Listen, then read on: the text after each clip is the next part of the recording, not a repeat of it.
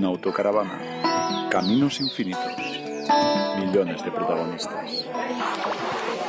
Mr. Gorbachev, open this gate. Esto es Voces en Ruta. Llega el nuevo episodio de Voces en Ruta. Llegamos al número 10, una cifra que nos hace especial ilusión y además entrando en uno de los territorios a los que les teníamos más ganas. Sé que digo esto muchas veces, pero es que la antigua Yugoslavia era un lugar al que queríamos ir desde hacía muchísimo tiempo. Os vamos a hablar en este capítulo de Eslovenia y de Croacia, pero hemos recopilado tantísima información que lo vamos a dividir en dos. Así que no os preocupéis, que si os quedáis con ganas, tendréis una segunda parte. Voces en Ruta cuenta como patrocinador principal con Vasco Electronics, el dispositivo de traducción portátil que permite comunicarte en más de 70 idiomas.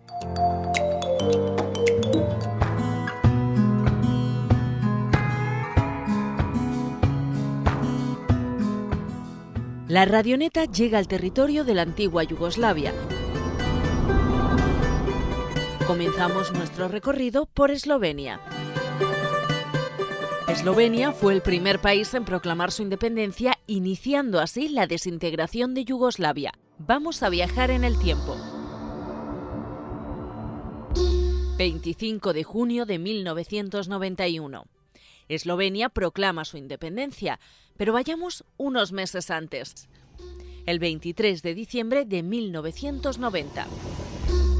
El país celebra un referéndum en el que el 94,8% de los votos emitidos son favorables a la independencia, lo que equivale a un 88,5% del total del censo.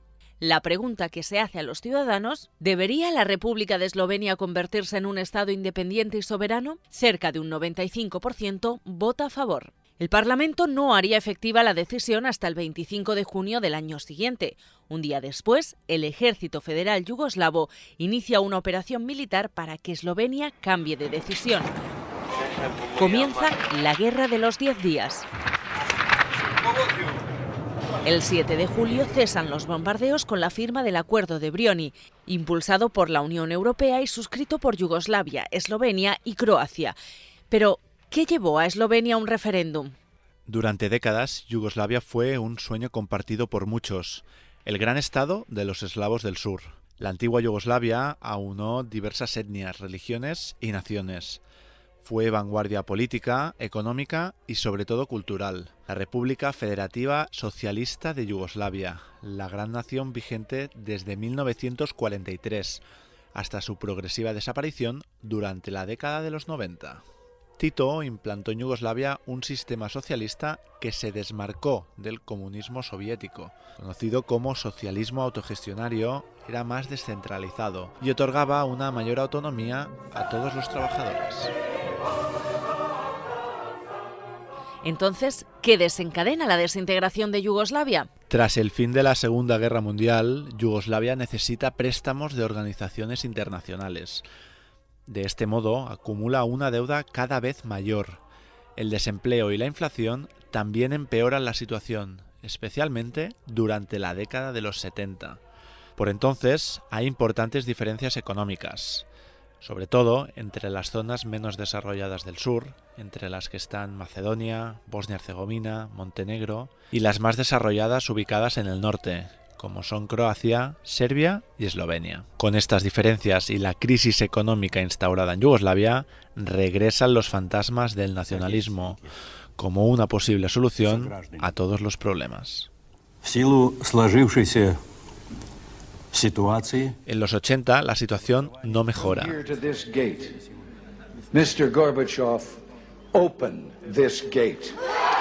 La crisis del comunismo en Europa se generaliza y tiene sus efectos en los Balcanes. Además, Tito, la figura primordial del equilibrio yugoslavo, muere en 1980. Umro je drug Tito. To su večeras saopštili Centralni komitet Saveza komunista Jugoslavije i predsjedništvo Socijalističke Federativne Republike Jugoslavije. Eslovenia no contaba con una minoría serbia que pudiera oponerse a la independencia ni que pudiera ser utilizada por Milosevic para expandir sus planes. Dos líderes marcadamente nacionalistas van alzando cada vez más su voz. U pozadini ovih događaja Slobodan Milosevic, presidente de la República Socialista de Serbia, exalta la grandeza de los suyos y anima a crear una gran Serbia, con todos los serbios esparcidos por Yugoslavia, excluyendo a las minorías étnicas, fundamentalmente a los croatas y bosniacos que viven en territorio serbio. Franjo Tuđman es el líder nacionalista en Croacia. Por entonces apuesta por la independencia en una tierra que a su vez también acogía a minorías serbias y bosniacas.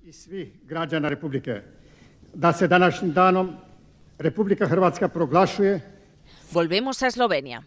Para 1991, la mayoría de los habitantes en el nuevo estado son eslovenos, lo que sirve para congelar las tensiones. El país no estaba en los planes de Milosevic.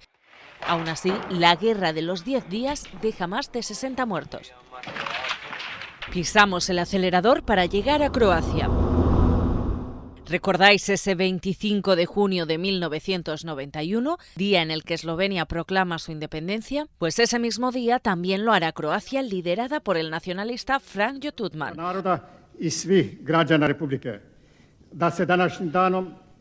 Pero en Croacia, los días, meses y años de guerra que sucederán a la proclamación de la independencia dejan miles de muertos. Gran parte del territorio está habitado por serbocroatas, lo que provoca la respuesta de Milosevic. Separatistas croatas por un lado y serbocroatas por el otro se enfrentan en un conflicto que dura hasta 1995. It's still a major conflict. It's mostly politically used for votes. El conflicto entre serbios y croatas todavía es utilizado a nivel político, especialmente para conseguir votos. Durante las elecciones, en los dos bandos todavía hay muchísima rabia y te das cuenta de que nadie tiene ganas de cerrar las heridas. Acabamos de escuchar a Antonia. Ella es croata, vive en Šibenik y no nos está hablando de la década de los 90, nos habla del presente. Volvamos al 7 de agosto de 1995. Los bombardeos cesan en Croacia por primera vez en 5 años. El gobierno de Zagreb acaba con la rebelión de la zona de población cristiana ortodoxa de la República Serbia de la Krajina.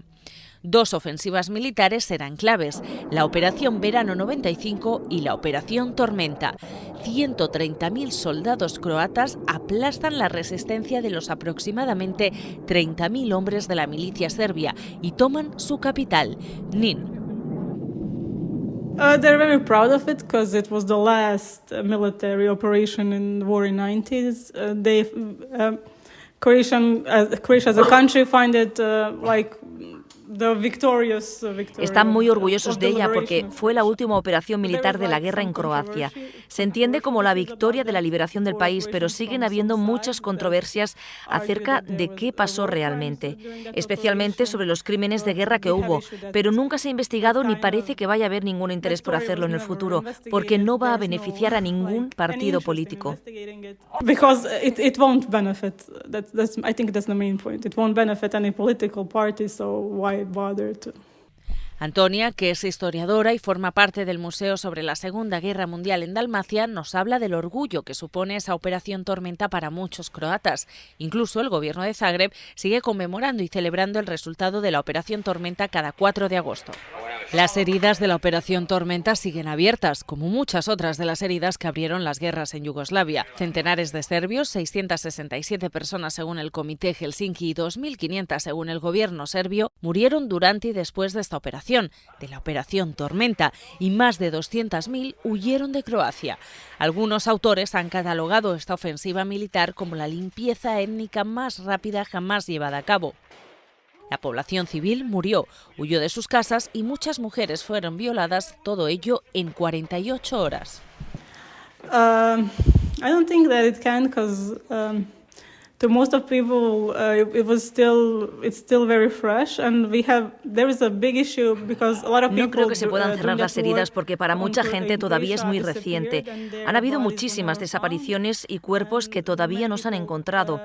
El gobierno serbio además no ha querido entregar algunos documentos que certifican dónde pueden estar ciertos cuerpos. Esto ha sido la excusa perfecta para el bando croata para justificar los crímenes contra civiles en los 90. Figuring out what were criminal activities in war in 90s from the Croatian sides, from to the Serbian civils. No hay olvido que pueda cerrar el dolor de esos días, un llanto que ese mismo verano de 1995, casi un mes antes de la Operación Tormenta, se extendía también en Srebrenica, donde más de 8.000 musulmanes fueron asesinados por fuerzas serbobosnias. Serbian minority is just getting smaller and smaller. There are still like places that were traditionally had more like Serbian people, and I think that there are still like some of the parts of the Croatia that they can live. Hubo un recuento hace muy poco que mostró que la minoría serbia cada vez representa un porcentaje más reducido. Todavía hay partes de Croacia donde la convivencia es tranquila, aunque hay otras en las que no, como es el caso de Vukovar. En esos lugares todavía se pueden sentir tensiones. Por un lado, puedes incluso llegar a entenderlas, por lo que han llegado a pasar ciertas personas, y por otro, parece incomprensible. Yeah, there are. There's strong. Vukovar, Knin, especially those two towns. Like a lot of parts of Croatia called Lika. Vukovar, Knin, estas dos ciudades, otra parte de Croacia llamada Klika, en estos lugares hay una minoría serbia importante. Son algunas de las zonas de Yugoslavia donde más se sufrió el enfrentamiento. Serbian minority, there was the biggest conflict, so those are the parts that have the biggest animosity today. Actualmente la población serbia representa el 4% de la población total en Croacia. En estos días por el país hemos tenido ocasión de visitar Nin, la que fue capital de la República Serbia de la Krajina. Sus fachadas perforadas aún recuerdan hoy el horror de unos días no tan lejanos. Volvemos a subirnos a la radioneta para continuar la ruta hacia Dubrovnik, ciudad donde los bombardeos también silenciaron el ruido de la vida cotidiana entre las murallas de su centro histórico.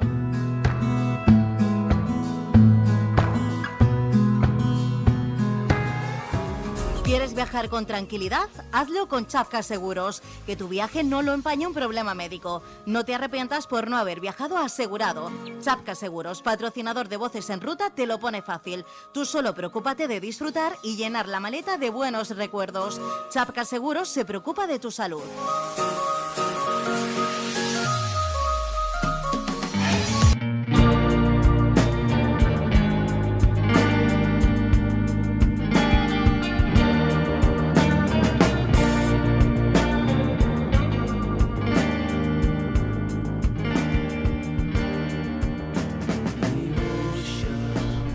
Encaramos ya esta segunda parte del episodio podcast de Voces en Ruta, 10º episodio, y lo hacemos con una entrevista. Pero antes de entrar en materia, comentaros que hemos pasado, pues muy por encima, porque el tema es muy denso y el tema es muy profundo y amplio. Podríamos dedicarle muchísimos podcasts a la desintegración de Yugoslavia y a las guerras que se vivieron en el territorio de los Balcanes. Nos hemos querido centrar sobre todo en esa independencia de Eslovenia con la que comenzó la desintegración de Yugoslavia, y después nos hemos centrado en ese conflicto entre Serbia y Croacia.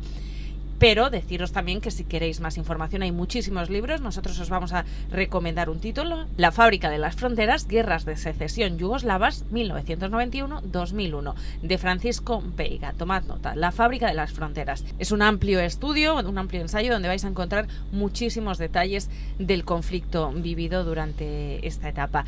Y también deciros que hay un documental, Bigger Than Trauma, que además está nominado a los Goya. Es un reflejo de las secuelas que sufren todavía algunas mujeres tras la guerra serbo-croata. Así que tomad nota también por si queréis apuntarlo y verlo. Bigger Than Trauma. Lo dicho, nos vamos a Dubrovnik y os traemos una entrevista. ¿No es así, Marc? Pues sí, os traemos una entrevista y además con un fotógrafo de guerra. No todos los días se tiene la oportunidad de poder charlar tranquilamente con un profesional de este tipo, y nosotros pudimos hacerlo. Os presentamos a Wade Goddard, un fotógrafo de origen neozelandés que cubrió las guerras de los Balcanes con solo 22 añitos. Well, Dubrovnik is a town that has an alliance with conflict and suffering. It's sort of experienced those things. And it also has a vast range of different people coming here to visit on holiday. So we're able to expose, this big pool of people to this work. Godard nos explica que Dubrovnik, la ciudad donde estamos, tiene una relación con el conflicto muy estrecha, que además es una ciudad que tiene muchísimo turismo y eso se ha hecho notar en los últimos años y eso es positivo, nos comentaba, para su galería, para su museo de la fotografía de conflicto. Además nos destacaba que la gente local no está muy interesada en ello, ya que nos dice que lo vivieron muy de cerca, todavía es demasiado reciente quizás para ellos y prefieren tenerlo apartado, semi-olvidado en una caja cerrada bajo llave. But they don't like to come in here because it's a reminder to them of the time that they spent during the conflict under siege for 3 months, you know, and shelled heavily. And it's a tough reminder for them. So they prefer sort of to keep that box. So no, not a great deal of local people come, which I understand why. I mean, I don't hold any grievance against that. Normal, ¿no? Después de tanto dolor y sufrimiento, pues todavía debe costar enfrentarse a esas imágenes de la cruda realidad. Decir que el Museo de Godard se puede visitar en Dubrovnik. Ahí encontramos una exposición de todas sus fotografías y también la de otros compañeros. Y explícanos más, nos decías que Godard llegó siendo muy jovencito a este conflicto armado. ¿Cómo fue su periplo? Pues sí, la verdad es que él llega muy joven, él ya desde bien joven quiere salir de Nueva Zelanda, se desplaza hasta Londres y es allí donde empieza a trabajar, donde empieza a intentar ganarse la vida y es justo en ese momento en el que estalla, ¿no? la guerra en los Balcanes, con la casualidad de que él es amigo o tiene una relación bastante cercana con un fotógrafo de guerra muy notorio por ese entonces en Londres y decide viajar con él hasta Croacia para ver qué es lo que está pasando, ¿no? De hecho, él mismo nos dice, ¿no?, que se traslada allí tan solo con 400 libras y un par de cámaras para ver qué es lo que pasa allí. A partir de entonces, pues el periplo continúa y Godard pues finalmente puede llegar a desarrollar esta carrera como fotógrafo, pero bueno, el comienzo fue duro como cualquier freelance en el pasado y en el presente. Lo escuchamos, si te parece. And then when I was spending time in London, living in London, the war broke out in Croatia. And after sort of being bombarded for some time in Britain by this news, I met a photographer, and when the war broke out in Bosnia in 1992, the following year,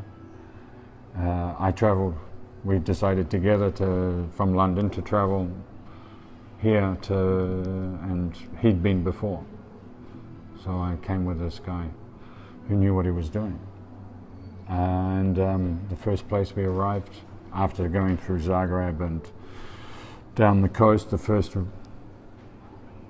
place where actually I met the conflict was in Mostar in April of 1992. Wade nos habla de los conflictos, ¿no? De qué batallas fueron las que le marcaron más. Él intenta no destacar ninguna por encima de la otra, por el trauma civil, humano que tuvieron todas ellas, pero dice que fue probablemente en el 1995 cuando ocurrió la operación Tormenta, ¿no? Cuando los croatas intentaron recuperar todo el territorio ocupado en esta operación.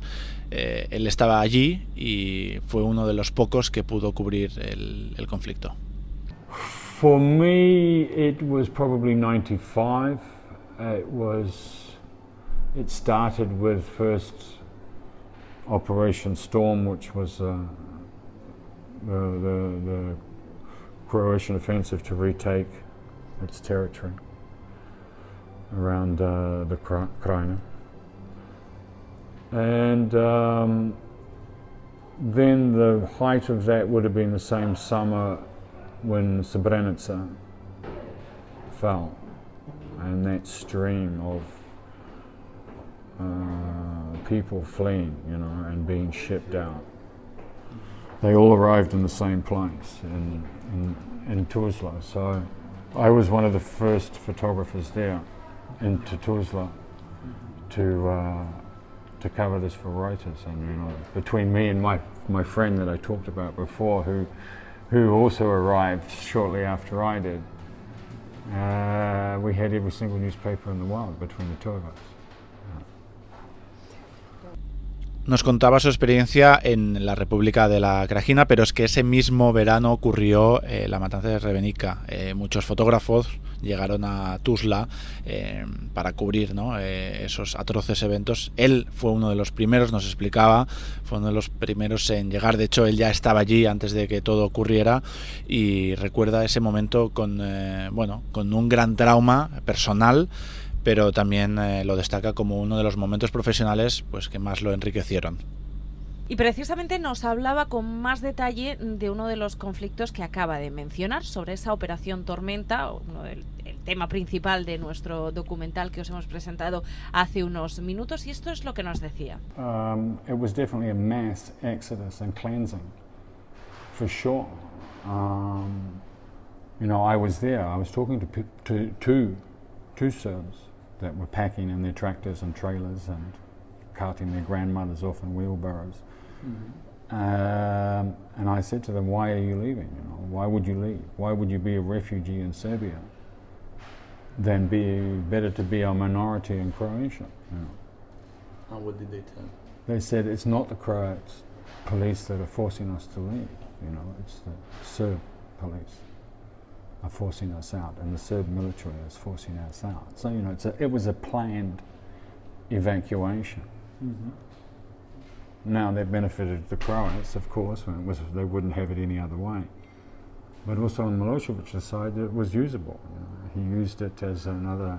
We are again victims of oppressive neighbours. Mm-hmm. And he used that chaos and that victimization again to prop himself up in power. Mm-hmm. and solidify his position around this idea that he can protect all of Serbia. So a lot of those people from Ukraine, they ended up entering Serbia, but many of them got sent south to Kosovo, some out to in Vojvodina, which were previously autonomous provinces because of their high population of Albanians in the south and Hungarians in the north, Mientras hablábamos con él, le preguntábamos por esta limpieza étnica, ¿no? Él mismo nos dijo que sí, que fue una limpieza étnica extremadamente rápida, ¿no?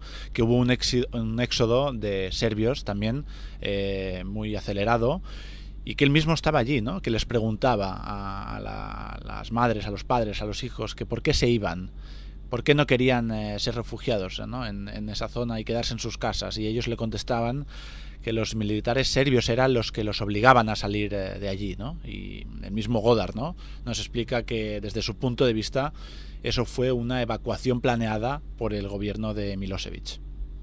Según nos explica, mucha de esta gente que tuvo que abandonar el territorio y que fue bajo las órdenes de Milosevic, lo hicieron para ser reubicados en otras zonas, ¿no? En otras zonas como podrían ser Kosovo.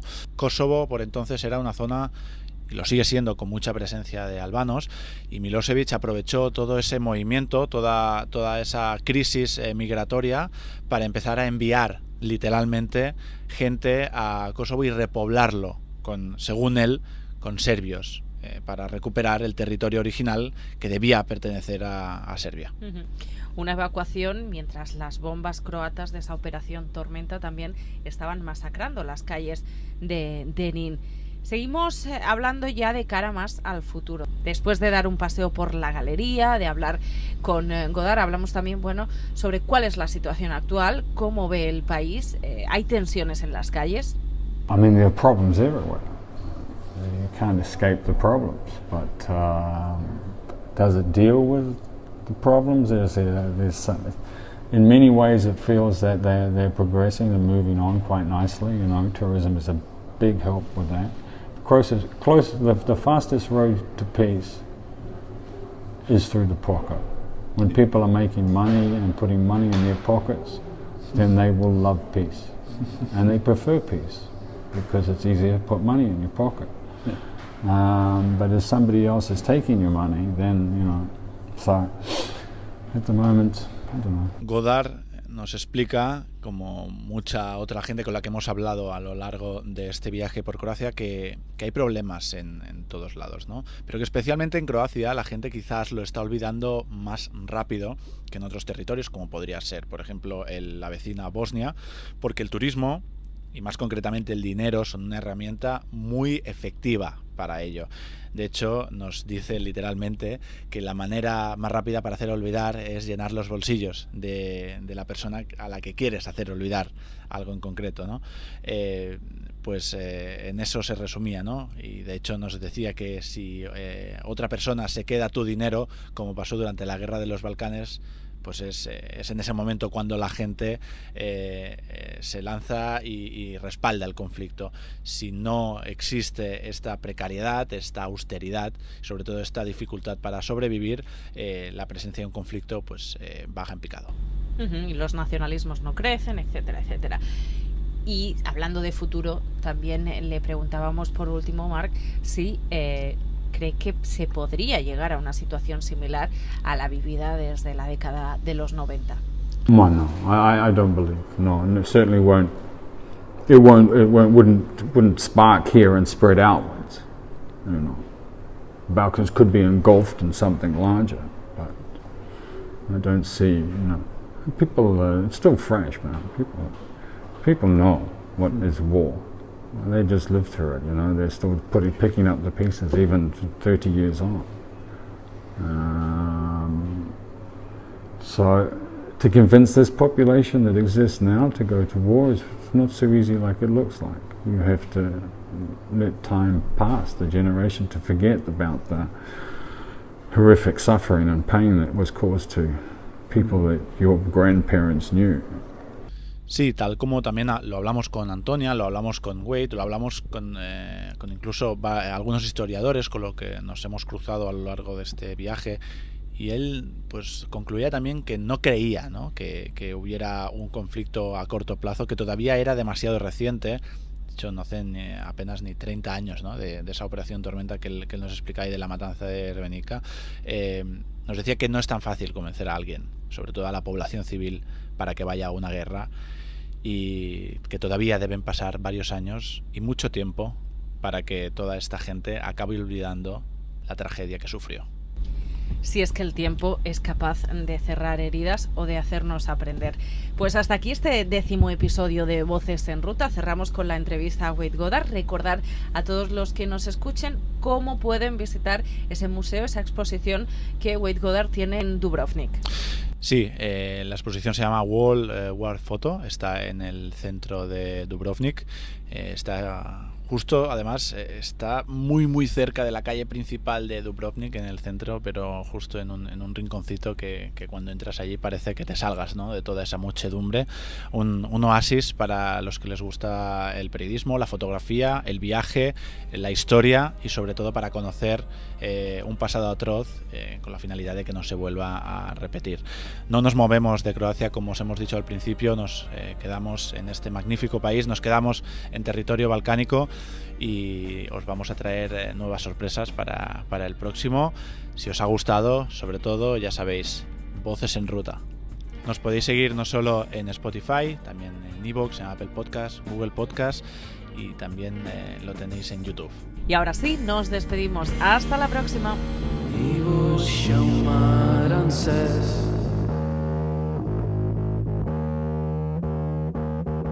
Historia de un papel.